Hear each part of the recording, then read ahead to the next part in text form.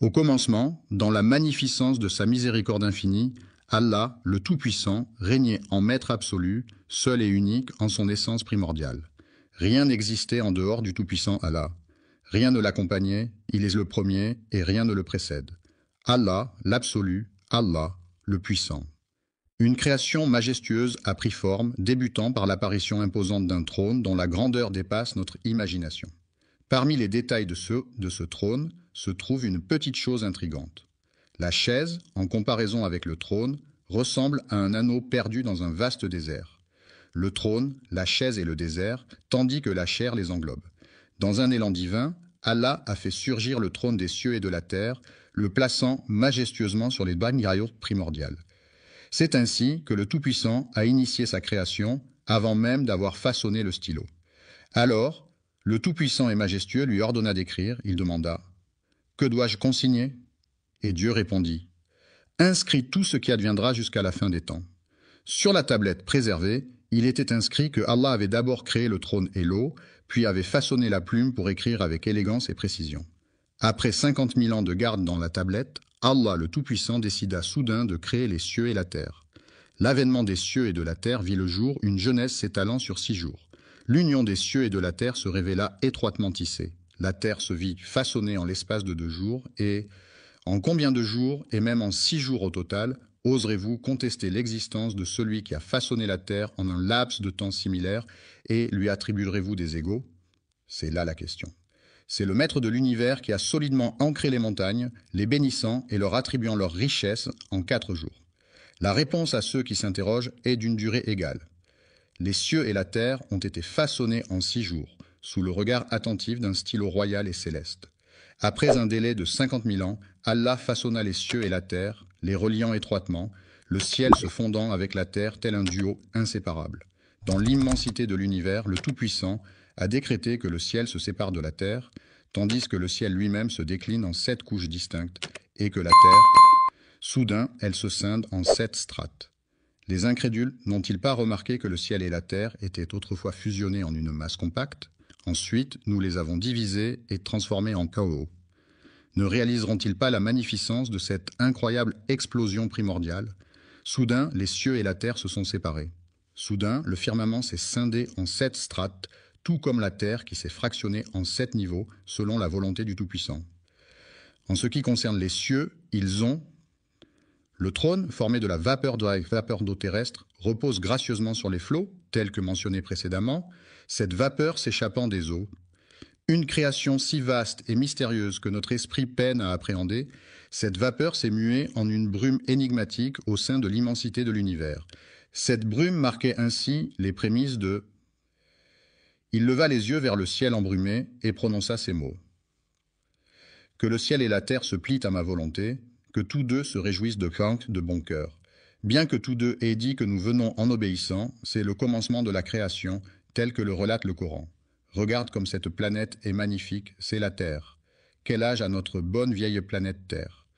Quelle créature peuplée en ses débuts, sous le regard bienveillant d'Allah le Tout-Puissant? Pourtant, il est de notoriété qu'après un laps de temps, Allah, dans sa toute-puissance, a engendré une entité issue du feu, nommée DN en raison de sa nature insaisissable, son essence étant intimement liée aux flammes. La flamme sans fumée, pure et ardente, est l'essence même du feu. Allah, exalté et glorifié, a conçu cette merveille de la création pour briller sur terre, illuminant ainsi notre existence. Il était tenu par les règles strictes de la société, soumises à des lois à respecter et des devoirs à honorer. Pourtant, à cette époque, les esprits malicieux, une corruption démesurée gangrenait la terre, et c'est alors que le Tout-Puissant, dans sa majesté, décida d'envoyer des anges pour châtier ces êtres corrompus, responsables de répandre le sang parmi les anges. À cette époque, parmi les chefs des djinns se trouvait un dénommé Satan, reconnu pour sa grande sagesse et sa foi inébranlable. Allah le Tout-Puissant l'avait élevé à un rang élevé. Il se battait aux côtés des anges contre les injustices commises par certains djinns. Parfois, ces derniers étaient emprisonnés sur des îles au milieu des mers en tant que châtiment divin. Parmi eux se trouvaient des êtres vertueux et d'autres moins recommandables, agissant avec toute leur puissance et leur majesté. Alors que certains versaient le sang et souillassant la terre, Un groupe en particulier se démarquait, le GIE parvenant à atteindre. Les anges, habituellement si impeccables, ont vu leur arrogance croître au fil du temps, jusqu'à ce que Satan lui-même, après de longues années parmi eux, ne déclenche le jour redouté où le Tout-Puissant, dans toute sa majesté, ordonnera à ses anges de « Le Seigneur Tout-Puissant et majestueux, Dieu a rassemblé les anges dans la plus haute assemblée céleste, triant les élus parmi les élus. Les anges de la cour céleste reçurent la nouvelle solennelle du Tout-Puissant et majestueux qu'une nouvelle création verrait bientôt le jour lorsque leur Seigneur leur confia « Je vais créer un vicaire sur terre » revient à permettre aux générations futures de se succéder, c'est-à-dire que chaque génération prendra la relève de la précédente. Lorsque ton Seigneur confia aux anges « Je vais établir sur la terre un vicaire », les anges répondirent en se succédant. En quête d'investigation, les anges avaient une connaissance préalable des méfaits commis par les djinns avant même l'apparition des humains, en matière de corruption, de désordre et de répandage de sang. La prochaine création suivra les mêmes actions, ont-ils déclaré. Vas-tu choisir quelqu'un pour semer le chaos et verser le sang pendant que nous sommes là à te glorifier et à te sanctifier? Si, ô Seigneur, tu désires être adoré par un peuple, nous sommes prêts à t'offrir notre adoration, à te glorifier et à te sanctifier, ô Allah. Il a répliqué avec assurance. En réalité, je détiens une connaissance que vous ignorez. Je perçois des choses que vous ne soupçonnez pas. Il pressent que parmi ces êtres humains émergeront des secrets insoupçonnés.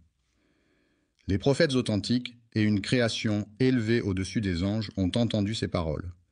En vérité, je connais des choses que vous ignorez, car le Seigneur Tout-Puissant est omniscient.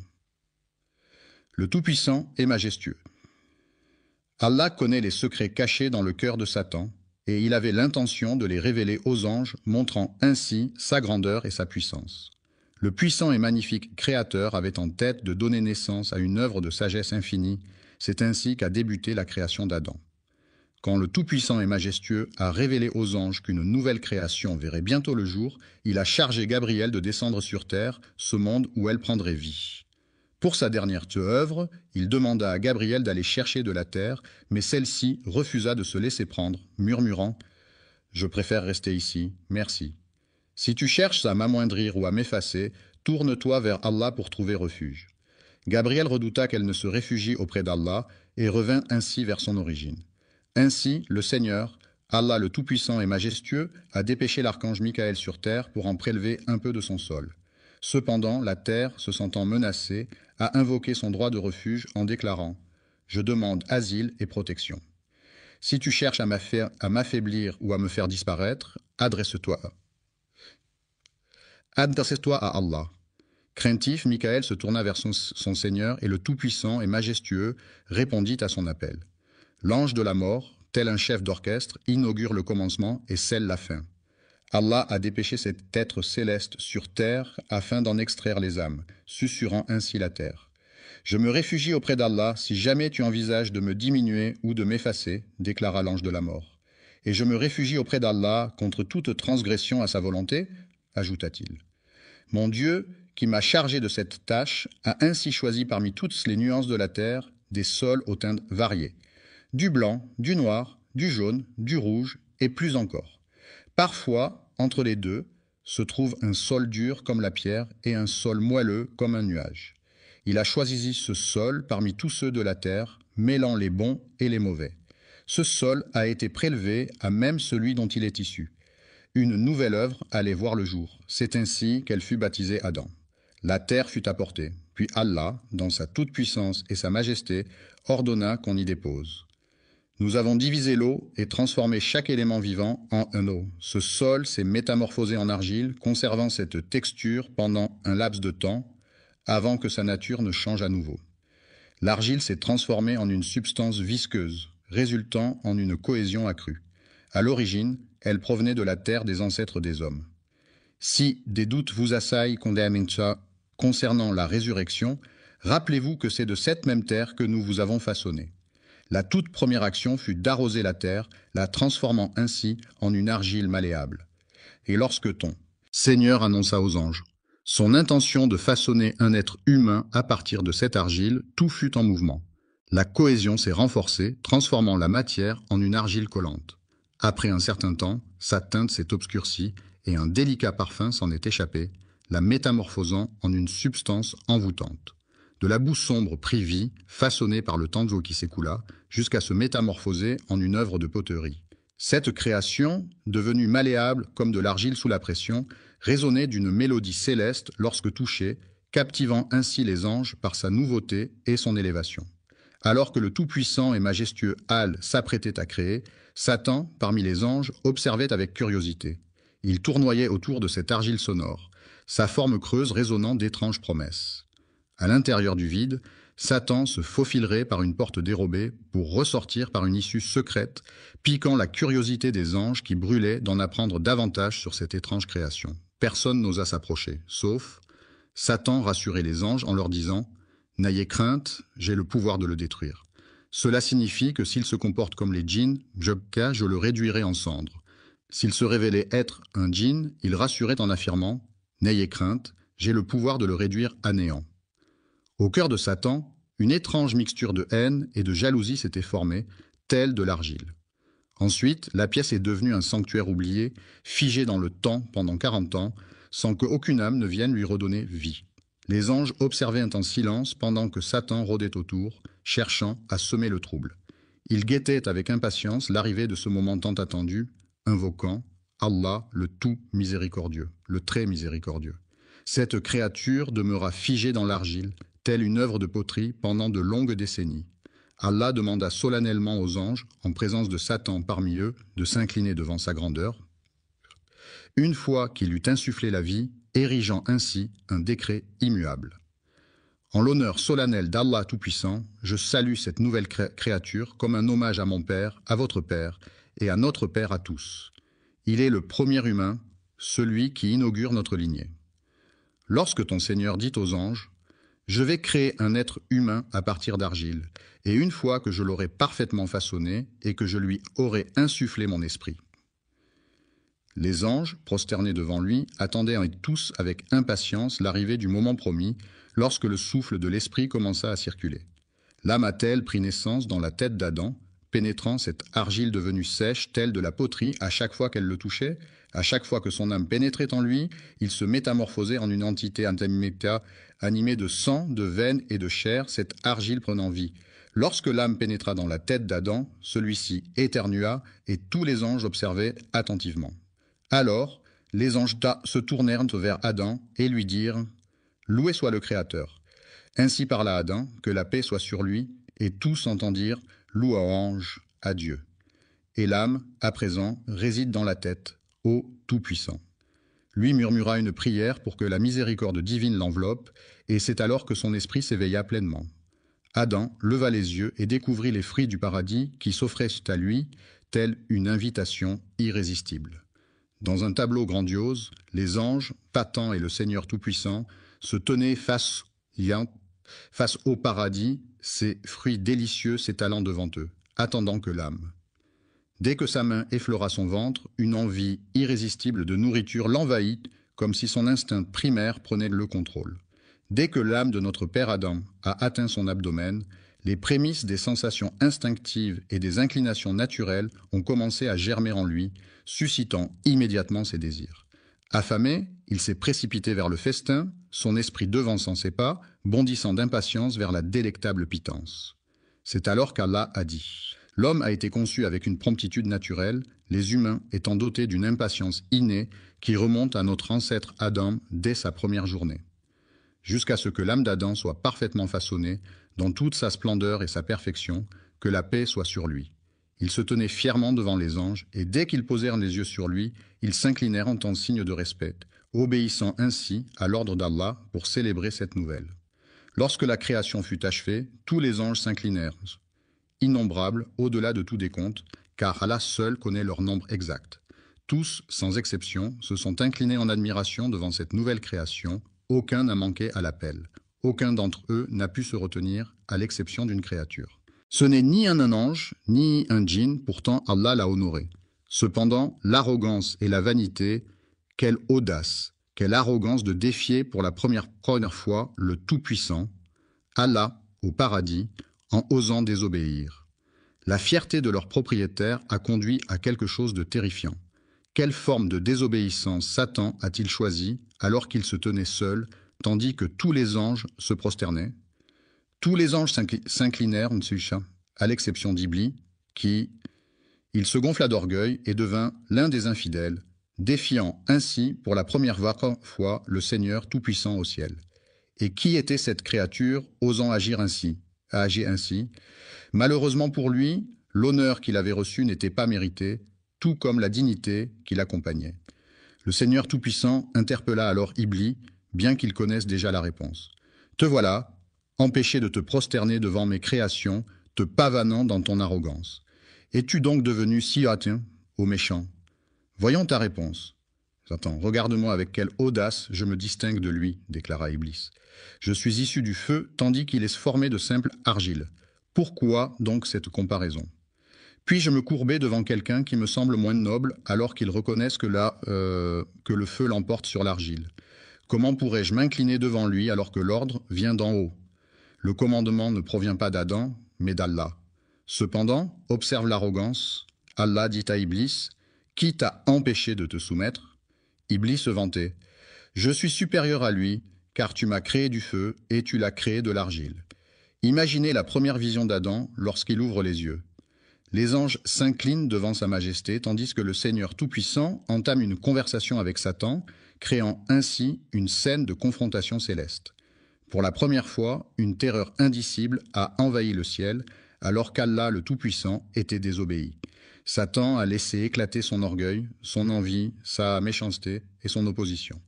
Lorsqu'Allah Tout-Puissant donna son commandement, il s'exclama « Pourquoi devrais-je me prosterner devant lui alors que je suis meilleur que lui ?»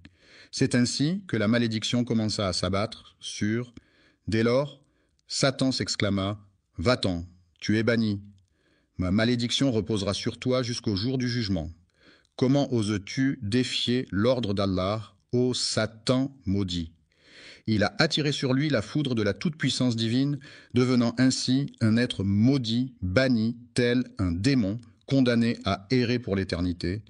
L'ange déchu, banni des cieux par la volonté divine, a vu sa grandeur déchue et en a profité pour semer le chaos. Il n'a point imploré le pardon d'Allah, ni quémandé la miséricorde de son Seigneur. Voyez plutôt la fourberie de Satan.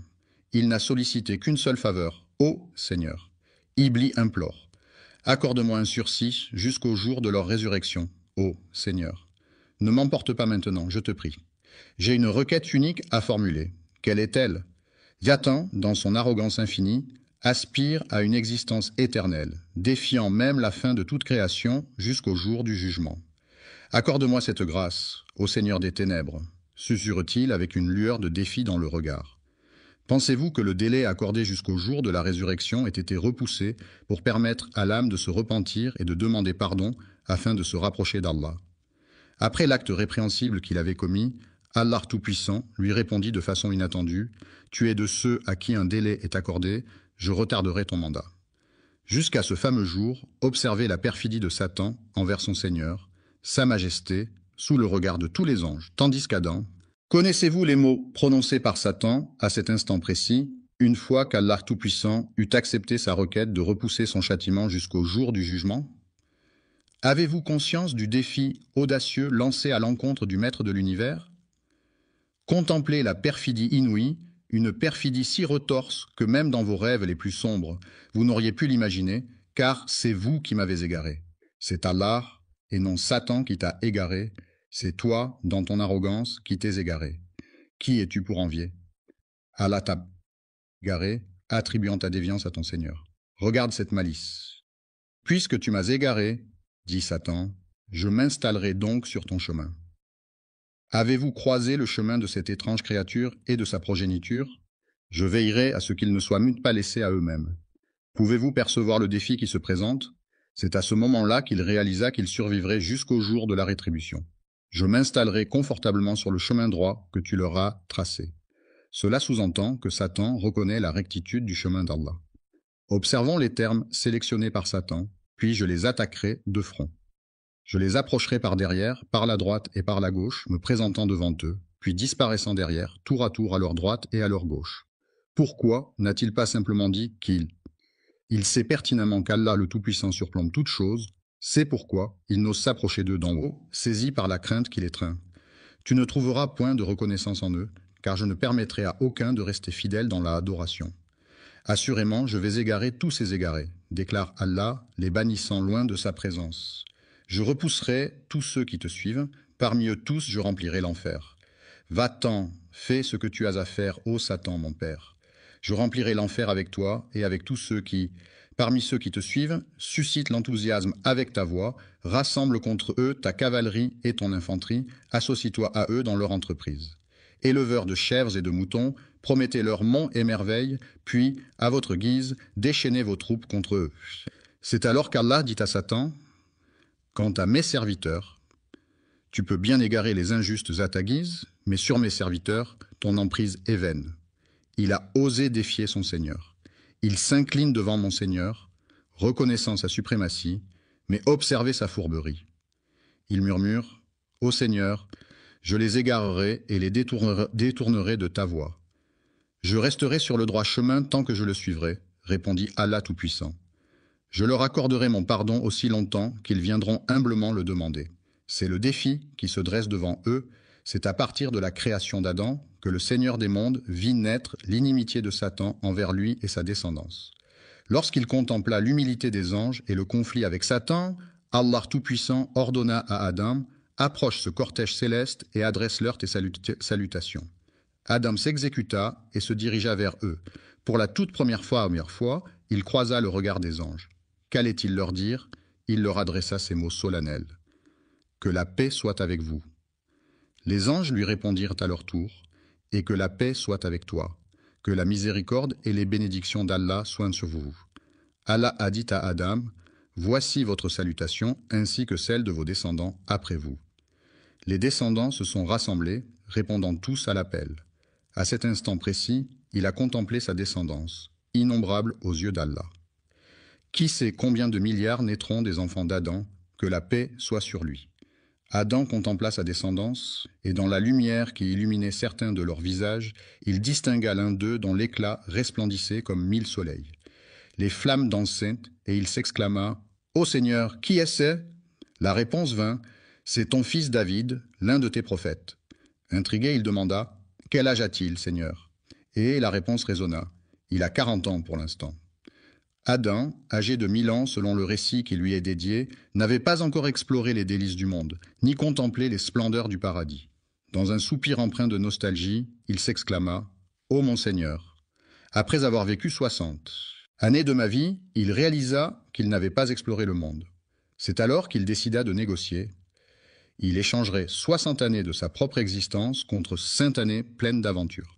Ainsi, la longévité d'Adam fut redéfinie. À l'âge de 100 ans révolus, David a reçu l'enseignement divin d'Allah Tout-Puissant, qui lui a révélé les noms de nombreuses créatures avec lesquelles il allait partager sa vie. Le paradis lui a enseigné que cet arbre est un symbole, que ses feuilles sont des poèmes, que ce fruit est une promesse, que cette nourriture est une bénédiction, que cette rivière est une histoire, et que tout cela lui a révélé les secrets de l'univers. De nombreux mystères, dissimulés même aux anges, furent révélés lorsqu'une épreuve de connaissance opposa les anges à Adam, que la paix soit sur lui, mettant en lumière des noms et des secrets insoupçonnés. Dieu enseigna à Adam le nom de chaque chose, puis il les présenta aux anges. Le Seigneur interrogea alors les anges, « Quel est le nom de ceci et quel est le nom de cela ?» Les anges, dans leur sagesse céleste, ont avoué leur méconnaissance de certains mystères en demandant « Révélez-moi ces noms si vous êtes dignes de confiance, ô humains. » Ils proclamèrent « Louange à toi, notre connaissance se limite à ce que tu nous as enseigné.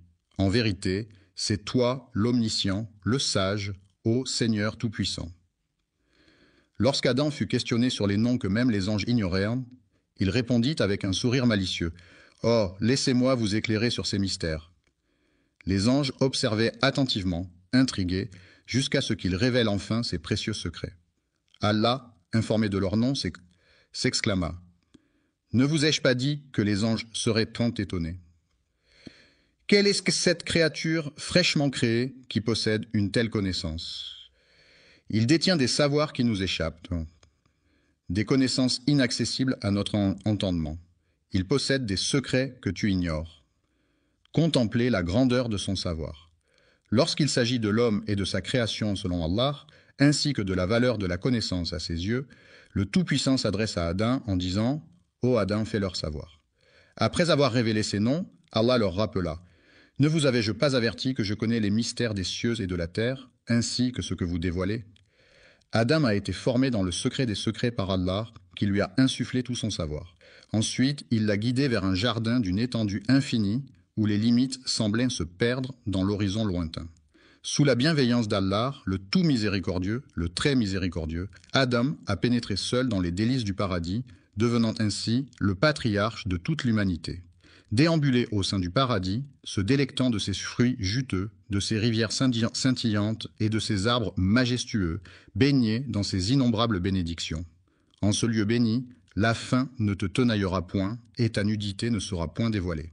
Dans ce jardin d'Éden, Adam, béni soit-il, déambule sans jamais ressentir la soif, ni être tourmenté par la chaleur écrasante du soleil. Combien de temps a-t-il vécu en ce lieu béni, solitaire dans sa quiétude ? Un beau jour, Adam, ressentant une profonde solitude au paradis, s'abandonna au sommeil, conscient que toute connaissance appartient à Allah, l'exalté et le majestueux. Alors qu'il baignait dans le bonheur, Allah le Très-Haut et majestueux décida de lui offrir une compagnie lorsqu'il s'endormait, dans sa grandeur et sa magnificence. Allah, dans sa grandeur infinie, façonna l'homme à partir de sa côte gauche, puis, dans un acte de création tout aussi magnifique, modela la femme à partir d'une de ses côtes. L'endroit de cette côte gauche était en sommeil, Adam ignorant tout. Il décida alors de retirer cette côte, la transformant en une femme à qui la vie fut offerte. Lorsqu'Adam, béni soit-il, ouvrit les yeux, il découvrit une présence à ses côtés. Intrigué, il demanda « Qui es-tu » La femme répondit simplement « Je suis une femme ». Adam, perplexe, poursuivit « Pourquoi a-t-il Allah, dans sa sagesse infinie, conçu l'homme pour trouver en moi la quiétude recherchée ? Malgré les sommets atteints par les êtres humains, un homme ne peut véritablement trouver la paix qu'auprès d'une femme, et une femme ne peut trouver la quiétude en compagnie d'un homme, afin que vous puissiez vivre en harmonie avec lui, imprégné d'affection et de bienveillance. C'était comme si Adam, que la paix soit sur lui, avait semé entre vous ses sentiments. Il éprouvait une joie singulière en constatant qu'Allah avait créé une nouvelle créature pour le réconforter, lui permettant ainsi de trouver du réconfort auprès des anges. Les anges voulaient mettre Adam à l'épreuve en lui demandant son nom, mais pour l'instant, ils ne le connaissaient pas. Elle s'était simplement présentée comme une femme. Lorsque Vénus interrogea Adam sur l'identité de cette mystérieuse femme, sa réponse fusait sans détour. V.E. Puis, Adam entreprit d'énumérer tous les noms de toutes choses, déclarant finalement « C'est Ève-lé ». Les anges étonnés demandèrent « Pourquoi ce nom en particulier ?» Il répondit avec assurance « Elle a été formée à partir d'un être vivant, elle détient la connaissance que Dieu lui a confiée. » Il détenait un savoir que même les anges ignoraient, tandis qu'Adam, accompagné d'Ève, résidait dans ce paradis sans descendance ni lignée. Allah, dans sa grandeur et sa magnificence, leur fit cette annonce solennelle. « Ô Adam, résidez au paradis en compagnie de votre épouse et sustentez-vous à satiété de ses délices. À votre convenance, délectez-vous de tout ce que votre cœur désire, les arbres majestueux, les rivières chantantes, les fruits juteux et le bonheur éclatant. Nourrissez-vous de ces merveilles en abondance, où que vous soyez. Au paradis, tout est autorisé, sauf une seule chose. Ne pas approcher de l'arbre interdit, car c'est là que réside la volonté du Seigneur. Un simple arbre, mais ô combien important. Dans ce jardin luxuriant, où chaque arbre porte des fruits succulents et où la bénédiction règne en maître, il est permis de se délecter de tout, sauf d'un seul arbre. Méfiez-vous de l'arbre mystérieux qui se dresse là, car approcher ses branches vous ferait basculer du côté obscur. Non seulement cela, mais le Seigneur Tout-Puissant les avait avertis en disant « Ô Adam et Ève, percevez-vous le paradis et le bonheur dans... » Parmi vous, il se tapira une créature insatiable qui ne vous accordera aucun répit. Imaginez le premier adversaire qui, par arrogance, a refusé de s'incliner devant vous en déclarant « Je vaux mieux que lui ». Il chuchotera à ton oreille, alors que tu te trouveras au paradis, cet ennemi dont Ève ignorait l'identité, mais qu'elle connaît désormais. Alors nous avons dit Ô Adam, voilà celui-ci. Attention, cet ennemi est un véritable danger pour toi et ta femme. Méfiez-vous qu'il ne parvienne à vous chasser du paradis, car alors, ô Adam, tu connaîtras le malheur. Si tu quittes ce jardin d'Éden, tu pénétreras dans l'antre de la désolation. Restez au paradis, où la misère et l'affliction ne sont que des étrangers indésirables. Méfiez-vous de deux choses. Ne goûtez pas aux fruits de cet arbre défendu, n'en approchez même pas, et soyez sur vos gardes contre cet ennemi sournois qui rôde. Il met tout en œuvre pour vous chasser de ce magnifique paradis, après de longues années passées aux côtés de notre mère, Ève, en compagnie d'Adam, que la paix soit sur lui. Vivez en ce havre de paix, savourant la douceur de leur existence et la générosité de la nature, sans jamais oser s'approcher de l'arbre interdit.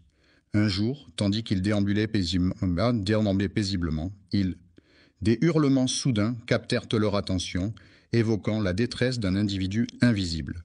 Se demandant qui pouvait bien être à l'origine de ces sanglots, ils s'interrogèrent « Pourquoi pleures-tu » Il a exprimé sa tristesse pour vous deux, tandis que vous vous épanouissez dans la félicité.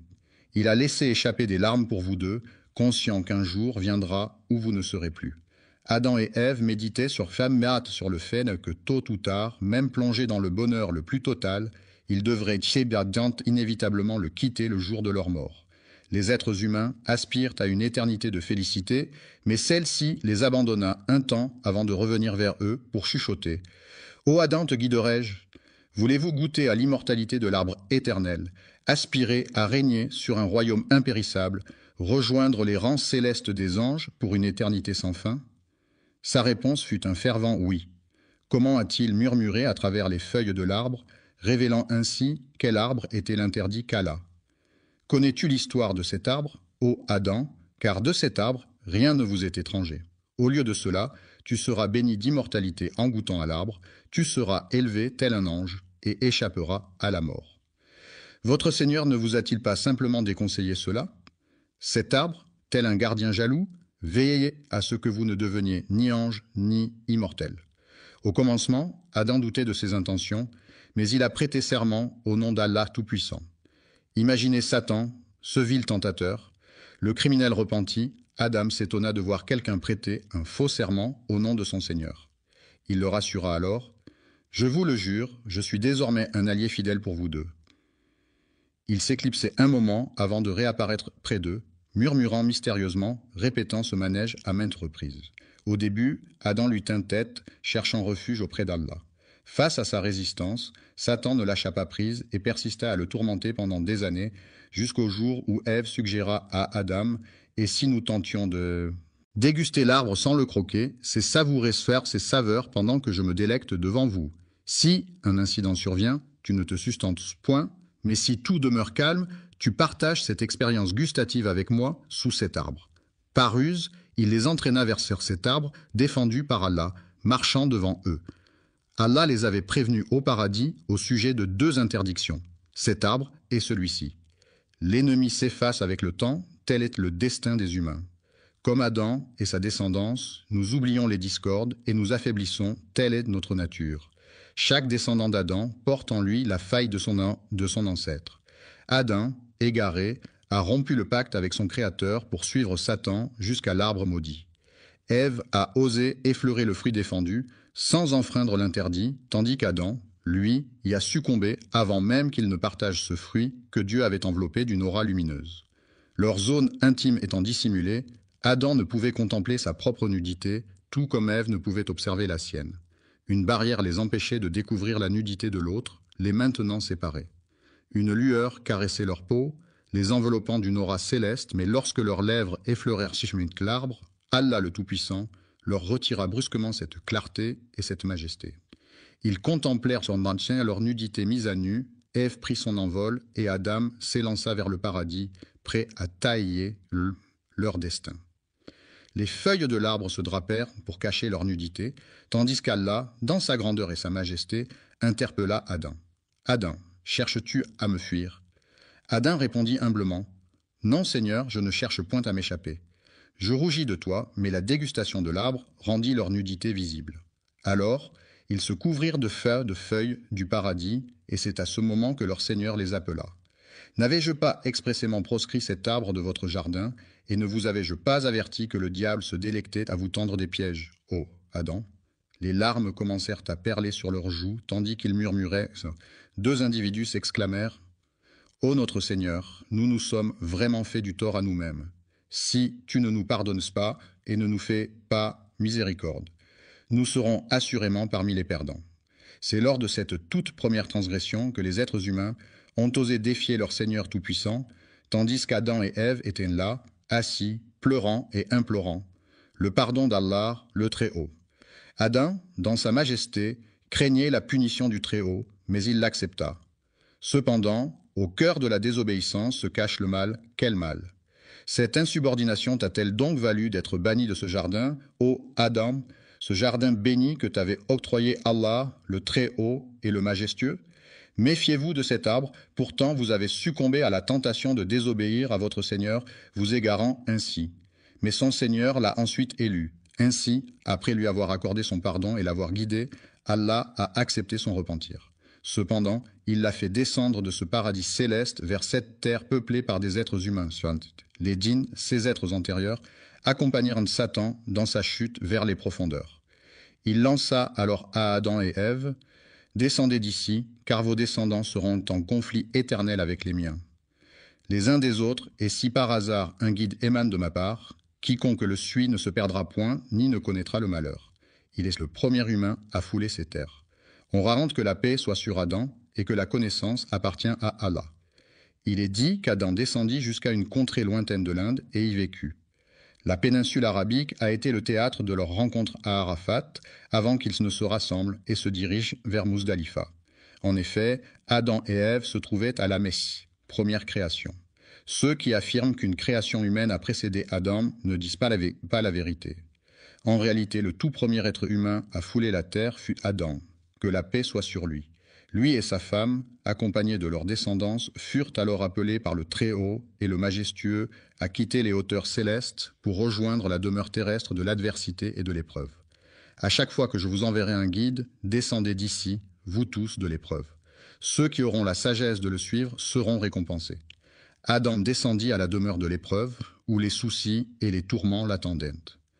Autrefois, tu étais dans un paradis paisible, sans conflit ni difficulté, mais désormais tout a changé. Adam, que la paix soit sur lui, a pénétré dans les profondeurs de la demeure de l'épreuve, avec la pensée lancinante qu'il ne foulerait plus jamais le sol du paradis. Son cœur brisé laissa échapper des larmes qui coulèrent longuement, jusqu'à ce qu'il murmure à l'horizon. Lorsque Vénus interrogea Adam sur l'identité de cette mystérieuse femme, sa réponse fusait sans détour. V.E. Puis, Adam entreprit d'énumérer tous les noms de toutes choses, déclarant finalement « C'est Ève-les ». Les anges étonnés demandèrent « Pourquoi ce nom en particulier ?» Il répondit avec assurance « Elle a été formée à partir d'un être vivant, elle détient la connaissance que Dieu lui a confiée. » Il détenait un savoir que même les anges ignoraient, tandis qu'Adam, accompagné d'Ève, résidait dans ce paradis sans descendance ni lignée. Allah, dans sa grandeur et sa magnificence, leur fit cette annonce solennelle. Ô Adam, résidez au paradis en compagnie de votre épouse et sustentez-vous à satiété de ses délices. À votre convenance, délectez-vous de tout ce que votre cœur désire, les arbres majestueux, les rivières chantantes, les fruits juteux et le bonheur éclatant. Nourrissez-vous de ces merveilles en abondance, où que vous soyez. Au paradis, tout est autorisé, sauf une seule chose. Ne pas approcher de l'arbre interdit, car c'est là que réside la volonté du Seigneur. Un simple arbre, mais ô combien important. Dans ce jardin luxuriant, où chaque arbre porte des fruits succulents et où la bénédiction règne en maître, il est permis de se délecter de tout, sauf d'un seul arbre. Méfiez-vous de l'arbre mystérieux qui se dresse là, car approcher ses branches vous ferait basculer du côté obscur. Non seulement cela, mais le Seigneur Tout-Puissant les avait avertis en disant « Ô Adam et Ève, percevez-vous le paradis et le bonheur dans... » Parmi vous, il se tapira une créature insatiable qui ne vous accordera aucun répit. Imaginez le premier adversaire qui, par arrogance, a refusé de s'incliner devant vous en déclarant « Je vaux mieux que lui ». Il chuchotera à ton oreille, alors que tu te trouveras au paradis, cet ennemi dont Ève ignorait l'identité, mais qu'elle connaît désormais. Alors nous avons dit, « Ô Adam, voilà celui-ci. » Attention, cet ennemi est un véritable danger pour toi et ta femme. Méfiez-vous qu'il ne parvienne à vous chasser du paradis, car alors, ô Adam, tu connaîtras le malheur. Si tu quittes ce jardin d'Éden, tu pénétreras dans l'antre de la désolation. Restez au paradis, où la misère et l'affliction ne sont que des étrangers indésirables. Méfiez-vous de deux choses. Ne goûtez pas aux fruits de cet arbre défendu, n'en approchez même pas, et soyez sur vos gardes contre cet ennemi sournois qui rôde. Il met tout en œuvre pour vous chasser de ce magnifique paradis, après de longues années passées aux côtés de notre mère, Ève, en compagnie d'Adam, que la paix soit sur lui. Vivez en ce havre de paix, savourant la douceur de leur existence et la générosité de la nature, sans jamais oser s'approcher de l'arbre interdit. Un jour, tandis qu'ils déambulaient paisiblement, des hurlements soudains captèrent leur attention, évoquant la détresse d'un individu invisible. Se demandant qui pouvait bien être à l'origine de ces sanglots, ils s'interrogèrent « Pourquoi pleures-tu » Il a exprimé sa tristesse pour vous deux, tandis que vous vous épanouissez dans la félicité. Il a laissé échapper des larmes pour vous deux, conscient qu'un jour viendra où vous ne serez plus. Adam et Ève méditaient sur le fait que tôt ou tard, même plongés dans le bonheur le plus total, ils devraient inévitablement le quitter le jour de leur mort. Les êtres humains aspirent à une éternité de félicité, mais celle-ci les abandonna un temps avant de revenir vers eux pour chuchoter. « Ô Adam, te guiderai-je ? Voulez-vous goûter à l'immortalité de l'arbre éternel, aspirer à régner sur un royaume impérissable, rejoindre les rangs célestes des anges pour une éternité sans fin ?» Sa réponse fut un fervent oui.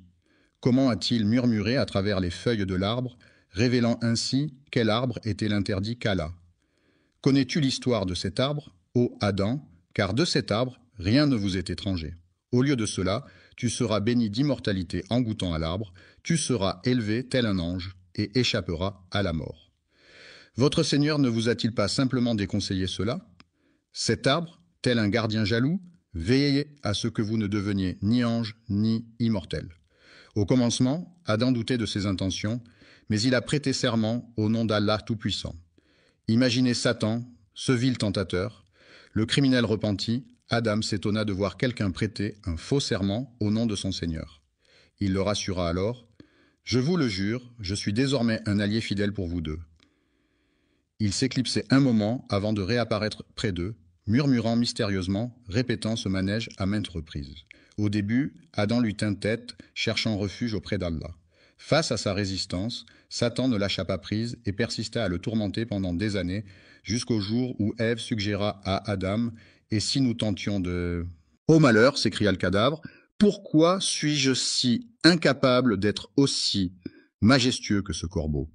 Jusqu'à ce jour, il continue à appeler le cadavre de mon frère. Mais tu as commis un acte impardonnable, ô Kabi. Ton père, ce prophète vénéré, que la paix soit sur lui, ne méritait pas un tel sort. Vous êtes une poignée d'élus sur cette terre, mais avez-vous remarqué comment les chuchotements de Satan ont façonné son influence? Avez-vous pris conscience de cette emprise diabolique? Kabi s'est retrouvé impliqué dans l'acte criminel le plus retentissant de l'époque, le meurtre de son propre frère, un acte d'une gravité inouïe. Après avoir enterré son secret bien profondément, il décida de le déterrer et de le partager avec sa mère et son père, comme un trésor enfoui depuis longtemps. Lorsque le premier meurtre fut commis sur terre, Adam fut enveloppé par le chagrin, la paix s'éloignant de lui. L'un des fils de notre mère Ève est un meurtrier, tandis que l'autre est… Dans ce monde impitoyable, le Tout-Puissant les a prévenus. La trahison peut mener à une fin tragique. Veille à ce qu'il ne te chasse du paradis, car tu risquerais de te retrouver bien malheureux. C'est à ce moment que la douleur pointe le bout de son nez, que le dur labeur commence et que les embûches se dressent sur notre chemin. La vie, telle une arène de combat, de défis et d'adversité, voit naître deux destins contrastés. L'un se révèle être un meurtrier. Des années se sont écoulées depuis que Adam et Ève ont commis le premier meurtre de l'histoire et tout le monde a continué à vivre. Ils menaient une existence tranquille dans la petite maison au bord de la rivière, jusqu'à ce qu'un troisième fils vienne agrandir la famille. Ils l'ont alors baptisé, cela veut dire cadeau d'Allah. Adam, en grandissant, est devenu le fils bien-aimé d'Adam, qui prenait souvent le temps de s'asseoir avec lui. En lui distillant des enseignements et en l'initiant au mystère de la foi, il fut façonné jusqu'à devenir un fervent croyant. Certains prétendent que cet homme est devenu une sorte de prophète parmi les prophètes. Adam a suggéré à Seth de garder pour lui un certain secret, car Allah en sait plus long que quiconque. Il lui a annoncé qu'il avait ôté la vie de votre frère, et j'ai la crainte qu'il ne vous fasse subir le même sort. Redoutez qu'il ne vous jalousie pour la sagesse, le leadership et la prestance dont Allah vous a doté. Adam, inquiet pour son fils, lui a fait promettre de garder le silence à ce sujet. Frère, tremblant devant l'incertitude du lendemain, traversa des années et des années dans la peur constante. La descendance d'Adam entame son voyage à travers le temps, laissant les marques de son passage au fil des ans. Lorsque Adam eut vécu 940 ans, c'est l'ange de la mort qui vint à sa rencontre. Adam le fixa du regard et demanda « Qui es-tu » L'ange de la mort répondit simplement « Je suis la fin incarnée. »« Il est venu réclamer ton âme, lui a-t-il annoncé. »« Pourquoi » s'est interrogé l'autre. « Parce que votre temps est venu, a-t-il répondu. Adam a déclaré que malgré le temps qui s'écoule, il reste encore beaucoup de vie en lui et que son temps n'est pas encore révolu. L'ange, encore inachevé, acquiesça et souligna « Tu as consacré 60 années de ta vie à ton fils. » David a répondu « Je ne l'ai pas fait », puis Adam a répondu de même. Adam a fait preuve d'une mémoire sélective en oubliant sa descendance, tout comme il a nié son existence. Adam a fait preuve de désobéissance, entraînant ainsi sa descendance à suivre le même chemin de désobéissance, selon la volonté d'Allah Tout-Puissant. Révèle les facettes d'Adam. Même enveloppé de perfection, il n'en demeurait pas moins doté de qualités humaines. J'ai refusé, car j'ai une durée de vie pouvant aller jusqu'à 1000 ans. C'est alors qu'Allah a informé l'ange de la mort de cette particularité. Il aurait la chance de savourer 1000 printemps, tandis que David demeurerait une faveur divine pour un siècle. Après avoir fait un détour de 60 ans, l'ange de la mort revint finalement vers lui. Eva a lancé un « dégage » catégorique, refusant toute visite de l'ange de la maison. « Que la mort emporte son âme, s'écria Adam, mais qu'elle le laisse en paix, car mon heure est venue. L'ange de la mort est venu chercher l'âme d'Adam, que la paix soit sur lui dans ses bras immatériels. Le premier être humain était pleuré par sa femme et ses enfants, mais lui ne... Perdu dans l'incertitude, Gabriel est arrivé tel un guide pour enseigner à son fils l'art de laver son père. De quelle manière doit-on l'envelopper, l'ensevelir et accomplir la prière funéraire? Gabriel expliqua à son interlocuteur que cette pratique était ancrée dans ses habitudes, une tradition qui lui tenait particulièrement à cœur. C'est de cette manière que les disciples se multiplient à mesure que les âmes s'éteignent. C'est ainsi que le destin doit se jouer. Adam, le patriarche de toute l'humanité, a été soigneusement lavé, délicatement enveloppé, prié sur, puis enfin inhumé. Adam, le pionnier des prophètes et le tout premier être humain façonné de la main d'Allah, a rendu l'âme. Que la paix soit sur lui, celui qui est demeuré figé dans le temps, ainsi que sa descendance, tout comme Kabi et les siens. Les descendants d'Adam ont vaillamment poursuivi leur existence sur terre pendant un laps de temps, bravant les épreuves et les joies de la vie après lui, que la paix soit sur lui. Au commencement, ils étaient peu nombreux à se tourner vers lui, mais bientôt, leur nombre a commencé à croître de façon exponentielle. Sous la direction bienveillante du fils d'Adam, ils furent éclairés par sa sagesse et guidés par sa bienveillance. La descendance de Kabi se développait à vue d'œil, se multipliant à travers les générations. La descendance de ces êtres s'est dispersée aux 4 coins du monde, essaimant ainsi sur toute la planète. Les descendants de Kabi se sentaient moins légitimes et décidèrent alors de partir chacun de leur côté. Ils ont stagné dans cet état pendant des années, puis des décennies, et encore des siècles. Depuis des siècles, certains ont cédé à la tentation du péché et de la transgression, formant ainsi un groupe hétéroclite. Les fautes et les péchés se sont tous échoués sur le rivage du Mono. Aucun individu, aussi nombreux soit-il, n'osait établir la moindre connexion. Certains d'entre eux ont commis des péchés envers Allah, en particulier parmi eux. Les descendants de Kabi ont fait l'impasse sur le polythéisme pendant une durée indéterminée. Est-ce que 10 décennies, équivalentes à un millénaire? Un millénaire s'est écoulé, et pourtant, ce siècle ne ressemble en rien à ce qu'on en dit. Pendant 10 siècles, les êtres humains ont vécu dans l'oubli total d'Allah. Les individus se sont adonnés à des actes répréhensibles et à des violations, à l'exception de l'idolâtrie à laquelle les gens ne s'adonnaient pas. À l'origine, une seule communauté constituait une seule nation, unie dans son adhésion. Le monothéisme demeura inchangé pendant 10 siècles, jusqu'à ce que survienne l'événement redouté, car Satan ne dort jamais. Ce n'est pas seulement en commettant l'adultère, en buvant de l'alcool ou en tuant que les gens expriment leur désir de transgresser les normes sociales. Pour lui, cela n'a aucune importance car ce qu'il recherche avant tout, c'est d'être en relation avec eux. Des associés à Allah, car le polythéisme efface toute chose et les voue aux flammes de l'enfer pour l'éternité. Il était une fois, dans un lointain futur, après 10 siècles se sont écoulés, 5 individus justes sont apparus. Il fut un temps où l'on se plaisait à évoquer les actions des 5 individus vertueux. Ils échangeaient des mots sur leurs réunions, discutant de leurs prières et cérémonies, s'en imprégnant comme d'une douce mélodie. Il était émerveillé à chaque fois qu'il croisait l'un d'eux, se rappelant ainsi d'Allah. Leurs simples apparitions avaient l'effet d'un rappel puissant, comme un conseil silencieux. Le pécheur, pris de remords, se confesserait à Allah et renoncerait à sa pratique, honteux de ses actes. Leur désobéissance, loin d'être un signe de rébellion, pourrait bien être le reflet de leur intégrité intransigeante, les poussant à demander pardon. Le nom de ce guerrier était Wad, Sowa, Yagout, Yaou et Nasser. 5 âmes, unies par leur dévotion et leur piété, se tenaient ensemble, fidèles serviteurs de la justice. Même après que l'un d'entre eux ait rendu l'âme, les gens étaient encore profondément attristés par la volonté toute-puissante d'Allah. Que devrions-nous faire dans de telles circonstances? La justice a expiré, le saint s'est éteint, le pieux s'en est allé, la hâte nous a quittés.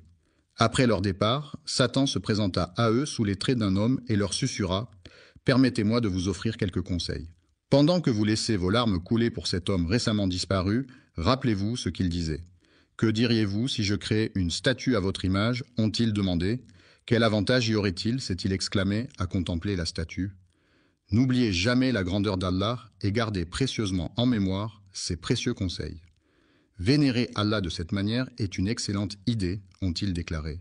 Satan, quant à lui, n'est pas du même avis. Et lorsqu'ils ont été approchés avec une statue ressemblant étrangement à leur défunt proche, leur première réaction a été de se demander « Où diable devrions-nous le mettre ?» Il leur a transmis la sagesse d'un conseiller expérimenté en leur demandant de le positionner avec précaution. En effet, ils ont choisi de placer la mosquée à cet endroit, en tant que lieu de culte privilégié. La première statue fut installée avec solennité, mais rapidement oubliée, laissant ainsi la place à la seconde. Après son décès, ils ont érigé une statue en son honneur.